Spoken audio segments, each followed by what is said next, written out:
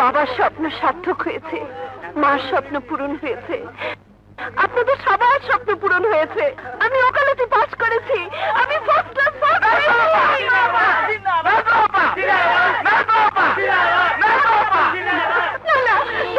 আমাকে ছেড়ে দিন, আমি সর্বনাশ করবেন না।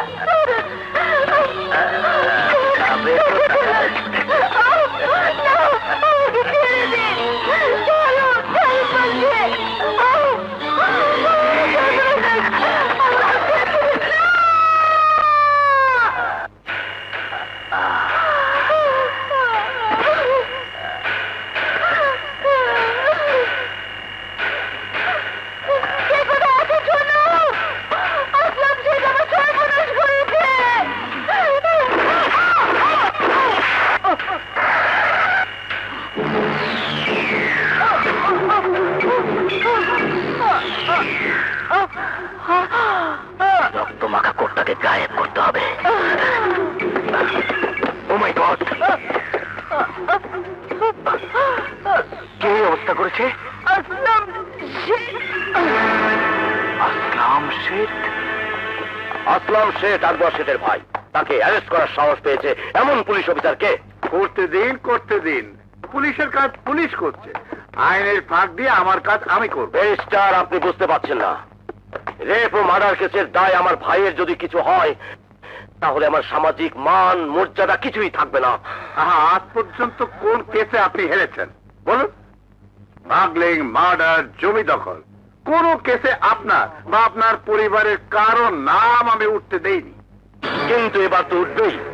হ্যাঁ, উঠবে, তবে এমন ভাবে বেকসুর খালাস করিয়ে আনবো যে আপনার ভাইয়ের দুর্নাম তো দূরের কথা, সুনাম সুখ্যাতি ছড়িয়ে পড়বে। আপনার উপর আমার অনেক আস্থা ব্যারিস্টার সাহেব। সে আস্থার মর্যাদা আমি রাখবো আকবর সাহেব।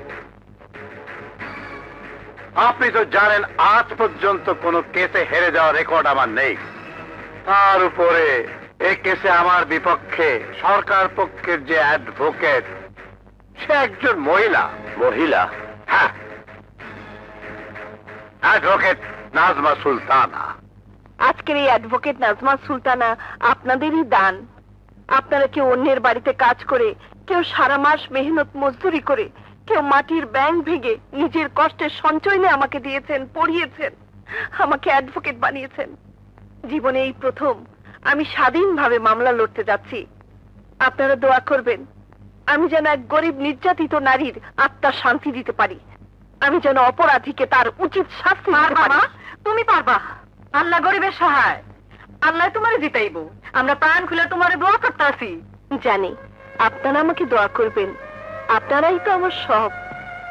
এই জগতে আপনারা ছাড়া তো আমার কেউ নেই। একটা ভাই ছিল, জানি না বেঁচে আছে কিনা। বাজি বাজি বাজি বাজি, কোটি কোটি টাকার বাজি। একদিকে বাড়া সব ব্যারিস্টার, অন্যদিকে সত্য ন্যায় আর নতুন অ্যাডভোকেট নাজমা সুলতানা। আমি বলছি নতুন অ্যাডভোকেট নাজমা সুলতানাই জিতবে। হ্যাঁ, কই মাকালাত বাজি লড়বে 500 টাকা, মাত্র 500 টাকা। এবার মরবে। হ্যাঁ, এতদিন ধান্দা করে আর বাজি লড়ে লড়ে যা জিতেছিল তার সব যাবে। হ্যাঁ, 500 টাকা, আপনার 500 টাকা, 500 টাকা, 500 টাকা, 500 টাকা বাজি। হ্যাঁ, কই মিস্টার ওর সিট। যারা এসব দুষ্কর্ম ঘটান তারা সমাজের মাথা সেজে থাকেন। তাদের চাতুর্য এত দূর পর্যন্ত প্রসারিত যে সমাজ সেবার ফটোগ্রাফ এবং বিমানের বৈধ টিকিটও তাদের কুকর্মকে আড়াল করে রাখে। অবজেকশন ইওর অনার, ওই ফটোগ্রাফ এবং বিমানের টিকিটের মধ্যে কোনো চাতুর্য নেই। ইয়েস ইওর অনার, ওই ছবি আর বিমানের টিকিট সম্পর্কে আমার কোনো সন্দেহ নেই। আসামি বিকেল 4টায় অন্ধ স্কুল উদ্বোধনে ছিলেন সত্যি, এবং সন্ধ্যে 7টায় সত্যি সত্যি তিনি চট্টগ্রাম থেকে বিমানে ঢাকা এসেছেন। কিন্তু দুপুর 11টা থেকে দুপুর 12:30 পর্যন্ত উনি কোথায় ছিলেন? কোথায় ছিলেন সেদিন দুপুর 11টা থেকে দুপুর 12:30 পর্যন্ত? চট্টগ্রামে। কি করছিলেন? সাগরে সাঁতার কাটছিলাম। মিথ্যে কথা ইওর অনার, উনি ঢাকায় ছিলেন এবং আমি তা প্রমাণ করে দেব। মিস্টার আসলাম শেঠ, আপনি কবে চট্টগ্রামে গিয়েছিলেন? ঘটনার 2 দিন আগে, 4 আগস্ট। বিমানের যাত্রী তালিকায় আপনার নাম পাওয়া যাবে? আমি বাইরে গিয়েছিলাম প্রাইভেট কারে। আপনি কনফার্ম? জি, আমি confirm. Here is a point, your honour. আমার প্রতিপক্ষের বিজ্ঞ ব্যারিস্টার সহ দেশের প্রতিটি লোক জানেন ওই দিন 4 আগস্ট উপকূলের প্রবল ঘূর্ণিঝড়ের আঘাত হানার আশঙ্কা ছিল। সমুদ্র বন্দরগুলোর জন্য 6 নম্বর মহা বিপদ সংকেত ছিল।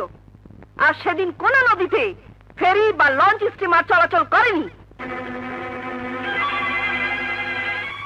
এই সেই রিপোর্টের কপি।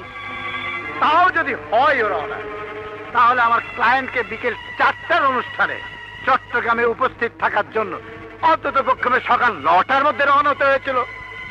অতএব বেলা 11টার থেকে 12:30 পর্যন্ত তার পক্ষে ঢাকায় থাকা প্রশ্নই ওঠে না। ওঠে ইওর অনার। 12:30 নয়, 1টা, এমনকি 2টো পর্যন্ত ঢাকায় থেকেও আসামির পক্ষে বিকেল 4টায় চট্টগ্রামের অনুষ্ঠানে যোগ দেওয়া সম্ভব। Come to the point, advocate Sultana. Yes your honour. আসামির অনেকগুলো বিলাসিতার মধ্যে একটি হলো ফ্লাইং ক্লাবের বিমান নিয়ে আকাশে ওড়া। ঘটনার দিন অর্থাৎ 6 আগস্ট দুপুর 1টার পর আসামি ফ্লাইং ক্লাবের বিমান ভাড়া করে দুপুর 2টায় চট্টগ্রামের উদ্দেশ্যে রওনা হয়। এই সেই ফ্লাইং ক্লাবের রিসিট। ইওর অনার, সেই লেখা সাদা কোটটি আদালতে উপস্থিত করার জন্য আমি 2 দিনের সময় প্রার্থনা করছি এবং সেই সাথে এই 2 দিনের জন্য আসামিকে পুলিশ রিমান্ডে রাখার অনুমতি চাচ্ছি, যাতে করে আসামি পক্ষ প্রমাণ গায়েব করার সুযোগ না পায়। প্রার্থনা মঞ্জুর করা হলো এবং সেই সাথে আসামিকে 2 দিনের পুলিশ রিমান্ডে রাখার অনুমতি দেওয়া হলো। আদালত আজকের মতো এখানেই মুলতবি ঘোষণা করা হচ্ছে। এইটা কি করলেন আপা? আসল কথা দেখিয়ে দিলে তো কেসটা খালাস হয়ে যেত। নির্ঘাত ফাঁসি। কোর্টটা কোন এলাকায় আছে তা আমি জানি। আরে টাকাটা পেতে আবার 2 দিন দেরি করতে হবে। কোর্টটা যদি আজে হাজির করে দিতেন। ওই কোর্ট নাজমার হাতে পড়া মানে আসলাম শেঠের ফাঁসি, এই আকবর শেঠের ছোট ভাইয়ের ফাঁসি। না না, তা কিছুতেই হতে পারে না। গালা। জি বস। তুই তো নাজমার বস্তিতে থাকিস, যা অ্যাডভোকেট নাজমাকে তুলে নিয়ে আয়। কিন্তু বস, ওই বস্তিতে ঢোকা মুশকিল। কেন? বস্তির সবাই নাজমার ভক্ত। তবে একজনকে পাঠান, তাহলে কেল্লা ফতে। সে হলো মুন্না। ইয়েস, মুন্না। আমার নিজের হাতে করা মুন্না। মুন্না? মুন্না? মুন্না তো খামা খামা হল্লার মধ্যে ঢুকে না।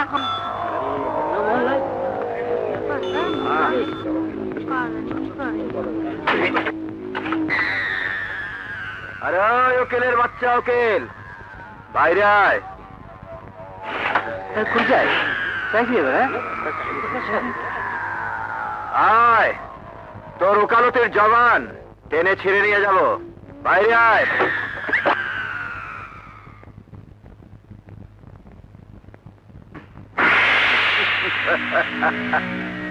কি চাই? এখানে এত চাচামেচি কিসের? Shut up, shut up, shut up. মুন্নার সামনে দাঁড়িয়ে এ কথা কোনো পুরুষ উচ্চারণ করলে এতক্ষণে টেনে ছিঁড়ে 2 টুকরা করে ফেলতাম। শোনা উকিল, আসলাম শেঠের মামলা আর 1 কদমে এগোবে না। কেসের তারিখে কোনো প্রমাণ কোর্টে যাবে না, কোনো সাক্ষী কোর্টে যাবে না, তুমি নিজেও কোর্টে যাবে না। কেন? মুন্না শুধু হুকুম দেয়, কৈফিয়ত দেয় না। নাজমা সুলতানা কোনো অন্যায় হুকুম মানে না, কারণ নাজমা সুলতানা শুধু একটি মেয়ের নাম নয়।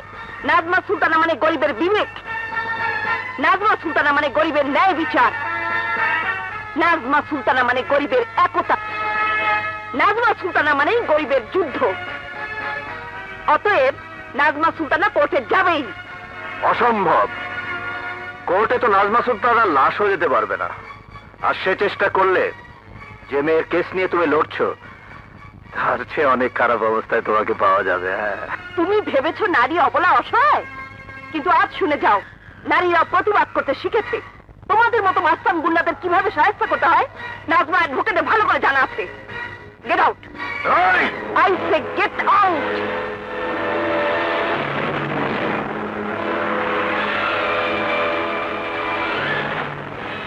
শালারা।